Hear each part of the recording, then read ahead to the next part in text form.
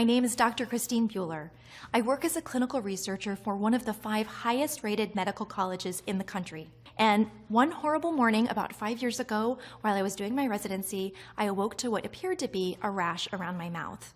Well, I feel stupid saying this now, but at the time, I thought I was having some sort of allergic reaction or an acne breakout or something. I felt a little self-conscious when I noticed it, but I headed into the medical lab like usual, thinking it wasn't too big of a deal.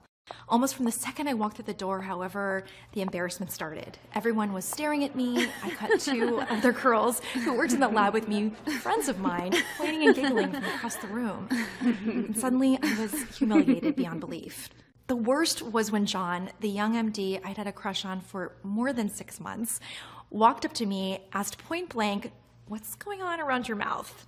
It kind of looks like, it kind of looks like herpes." I wanted to cry when John said this. How have I gotten herpes? I've only gone all the way with a small handful of guys my whole life, and almost every single instance we were in long-term relationships. So I forced myself to laugh right in John's face and tell him that this was a pretty funny joke, but no, it was just a weird rash. My skin was probably just reacting to something that I ate.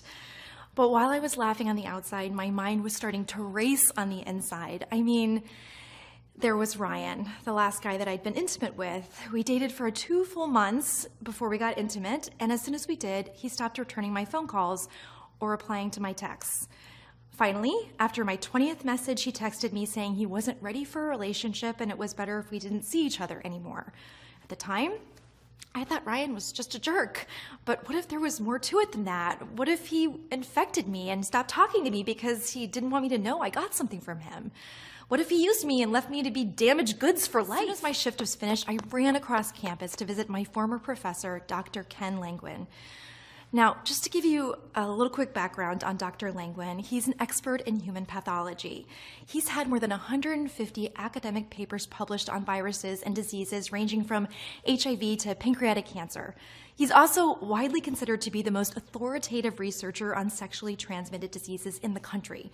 And fortunately for me, his clinical lab was about a 10-minute walk from my own. As I arrived to meet him, I was again struck by the feeling of incredible embarrassment. This man had not just been my professor, but also my mentor.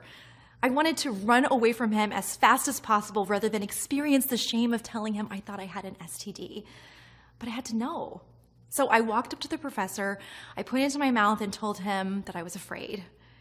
And thankfully, Dr. Languin didn't judge me. Instead, he listened to me sympathetically, told me he could take a cell culture and we could look at it together. Well, of course, I waited anxiously with my stomach in knots as the doctor looked through the microscope at the cell sample he'd taken, and I felt my heart burst through my chest and drop to the floor as he told me the most terrible news that I had ever heard. He said, "Christine, I don't know how to tell you this, and I wish I didn't have to, but these tests are positive, and not just for HSV1, but for HSV2. I'll run a blood analysis for sure, but I'm 99% sure that the results will be the same. I'm really sorry." I threw up. Literally, I grabbed the wastebasket next to the lab table and I heaved into it for 2 minutes straight. Tears streamed down my face. All I could think about was how this would impact me, having both oral and genital herpes. I hadn't noticed any outbreak down there, but I'd been so busy with my medical residency, I barely had time to sleep, let alone monitor my body. But if what Dr. Languin was saying was true, and I really did have both type 1 and type 2 herpes, my life was ruined. I would never meet the man of my dreams and have him fall in love with me. The second I had to tell him the truth, it would be over. Sorry, Mr. Perfect, but I don't just have one type of herpes, I have both of them. It doesn't matter if you're the most beautiful woman in the world. The moment a guy knows you have herpes, he sees you as dirty. And I already knew I'd never have the nerve to tell any man that I had both genital and oral herpes, which meant I was gonna have to be alone for the rest of my life. And not to mention the embarrassment of outbreaks. I'd have to spend every single day in constant fear of another one. I was terrified of having to lie to friends, family, and coworkers every time those blisters appeared around my lips and mouth. And I was absolutely cringing at the fact that I would have an outbreak down there anytime. People would think I was a tramp, even though I'd only been with a few men. Always used protection and never had a one-night stand. My life was once so promising, but now it was over because I'd be living with herpes until the day that I died. And forget having a family. Even if I found a man understanding enough and willing to risk his own health in order to be with me, because Dr. Languin also informed me that I could infect my child during pregnancy. According to the CDC, the herpes infection can be passed from mother to child during pregnancy, childbirth, or even in the newborn period, resulting in a potentially fatal neonatal herpes infection. So I'd already ruined the lives of my future unborn children? I left Dr. Languin's office fully depressed with a prescription for Valtrex and beelined it to the pharmacy. Handing over that little slip of paper was so humiliating, I could barely stand it, not to mention the cost. My student insurance didn't cover it, so I ended up shelling out over $300 for the bottle of big blue horse pills. I had to put it on a credit card. After that, I went to my apartment, got into bed, and didn't face the world again for a whole week. When the outbreak finally went away and I went back to work, everything felt different. Even though the horrible scabs on my lips had finally fallen off and there were no signs of herpes anywhere, it still felt like people knew. And when John and I were forced to work together, I felt like I couldn't even make eye contact with him anymore. Because while in the past I imagined us eventually dating or even having a relationship, that was no longer a possibility. Well, the months continued to pass and I didn't have another outbreak, although I felt like herpes was always on the verge of coming back out. And the medication was starting to take its toll on me. The Valtrex made me feel constantly nauseous. I switched to acyclovir, but that was even worse because it made my hair fall out in clumps. I researched Famvir, but I saw that it caused dizziness, drowsiness, or even kidney problems. On top of all that, there was still the obvious but deeply frustrating fact that none of these medications actually cured the herpes virus. They just masked the symptoms while making you sick, or shortened the duration by a day. Big deal. Herpes normally takes around 10 days to clear up. What was I supposed to do the other 9 days? So once again, I paid a visit to Dr. Languin's office. I hadn't spoken with him since he called to tell me that the blood tests matched the cell culture, and it felt extremely embarrassing to go see him face to face again, as he was not only my professor, but also the only person who knew my secret.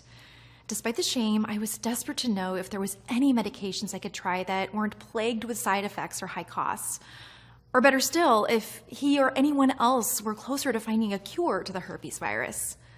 Well, asking a man who has spent his entire life researching viruses to tell you how one of them works is a lot like asking the musclehead at the gym to tell you about working out. Their eyes light up and they'll talk for hours. And that was exactly the case with Dr. Languin. But instead of being bored by what he had to say, I was absolutely fascinated. He had a way of explaining how the herpes virus works and why it's so hard to destroy that I'd never heard before, even in medical school. Though I didn't know it yet, what he told me would ultimately be the key to permanently deleting the herpes virus from my body and helping 27,442 other people do exactly the same. Here's how Dr. Languin explained it to me. Your herpes outbreaks are basically warning signs. They're trying to tell you that your immune system has been compromised. Those warning signs are important because, as you probably already know, it's easy for your herpes to stay hidden for long periods of time, which means if you didn't have an initial outbreak, you would never know you had the virus. In a lot of ways, having a herpes outbreak is similar to having a fever. Normally, a fever occurs because you've been infected by some sort of common virus, so your body raises its internal temperature. This warns your body it's been infected and aids your immune system in fighting those infected cells. However, herpes is different from a common infection, and even though your immune system is compromised, your body isn't naturally equipped to fight it. Once you've been infected with herpes, the virus burrows itself into your body, hiding like a dirty rat inside the walls of your house. Now, without getting too technical on you, let me quickly explain the science behind how the virus is able to hide from your immune system. Herpes simplex encodes a protein called infected cell protein 47, or ICP47, in the body. This evil protein cloaks herpes from the immune system, stopping the body's ability to detect and destroy it. That's also the reason none of the herpes medications on the market are able to eliminate it. All they can do is tame the virus from growing inside your body. Those medications can't destroy it because they don't even know where it's hiding. So in other words, using those pills to fight herpes is a lot like trying to use your fists to fight a ghost. It's physically impossible. Well, at first, hearing all this from Dr. Languin made me feel hopeless, just like you might be feeling right now. But as I sat there thinking about what he'd said, I had an idea. Something that seemed incredibly simple, but would eventually lead to a major medical breakthrough. My idea was this. If the reason medications can't eradicate herpes is because the virus hides in your immune system, couldn't you theoretically do something to unhide it, thereby allowing your body to quickly target and destroy it? When I asked Dr. Languin about this, he seemed surprised. He said, "As unbelievable as it might sound, no one has ever asked me that question before. It's theoretically possible, but pretty much all academic research, and of course all of the pharmaceutical companies, simply focus on suppressing the virus, not actually destroying it. That was completely unacceptable to me, and it made me extremely mad. Why the hell was nobody pursuing this?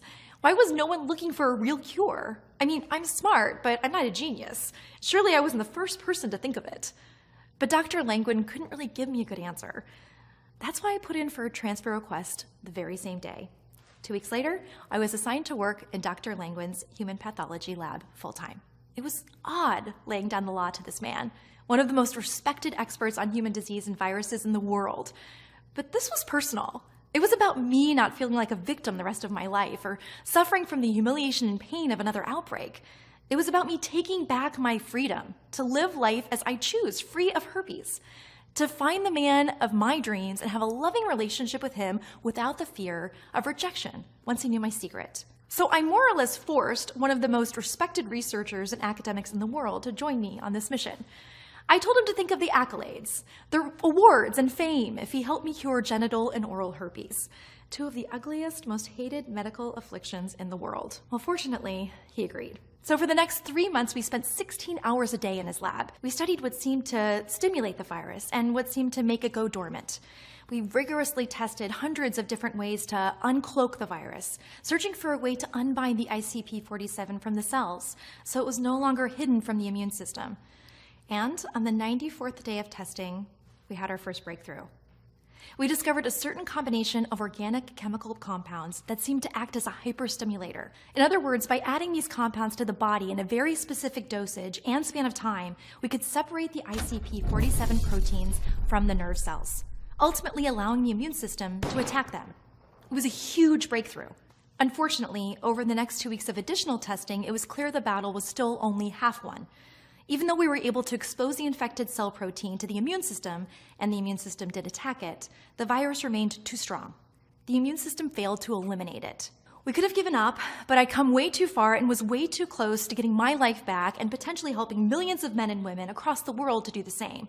So instead of quitting, we looked at ways to put the immune system into overdrive. The rationale was that if the immune system wasn't smart enough to destroy the virus, we needed to make it strong enough to do so. That's when Dr. Languin and I began formulating a unique vitamin and supplement regimen that, when taken in the right amounts and over the right period of time, would give the immune system the boost it needed to win the fight against HSV1 and HSV2.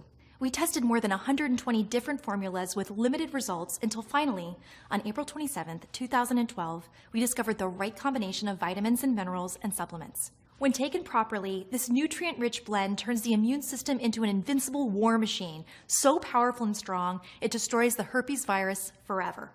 The very next day, we got the initial test results and saw that the virus was destroyed in our lab samples. I became a very willing human guinea pig and tried this herpes elimination system on myself. Honestly, following this scientifically designed program was so easy, it was hard to believe. It had taken us 5 long months to create it, especially considering that no one else on the planet had figured it out before us. The best part?